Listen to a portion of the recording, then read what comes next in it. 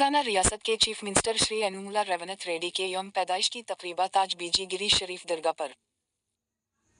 तेलंगाना रियासत के वजीर आला माननीय श्री यनुमला रेवनथ रेड्डी के यौम पैदाइश के मौका पर, जो तेलंगाना के अवाम की फलाह व बहबूद के लिए काम कर रहे हैं और तमाम लोगों को इंसाफ दिलाना चाहते हैं, जुमा को बेजीगिर शरीफ दरगाह पर अक़लियती लीडर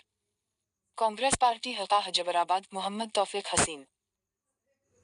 मुस्लिम अक़लियत की जानिब से चीफ मिनिस्टर रेवनथ रेड्डी ने दरगाह में हज़रत सैयद इनको शाह वली रहमतुल्लाह अलैहि, हज़रत सैयद अज़मत शाह वली, हज़रत सैयद अकबर शाह वली, हज़रत सैयद मुर्तज़ा शाह वली रहमतुल्लाह अलैहि की कब्रों पर चादरें चढ़ाईं और उनका 100वां यौम पैदाइश अच्छी सेहत के साथ मनाया। इन्होंने रियासत को मुल्क में तरक्की की राह पर गामज़न करने और कमज़ोर तबक़ात को मज़ीद खिदमत फराहम करने के लिए ख़ुसूसी दुआ की। इस मौका पर तौफीक हसीन ने कहा कि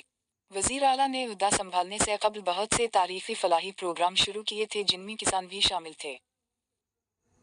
कर्ज की माफ़ी, ख़वातीन के लिए मुफ्त बस सफ़र, 200 यूनिट मुफ्त बिजली, गुरुकुला स्कूल के मेस चार्जेस में 40% इजाफा, तालीमी निज़ाम में इनकलाबी तब्दीली, 1100 करोड़ के अमता आदर्श स्कूल। इन्होंने कहा कि असातिज़ा की भर्ती और मेडिकल एजुकेशन की मुलाज़मत पर ख़ुसूसी तवज्जो दी गई है।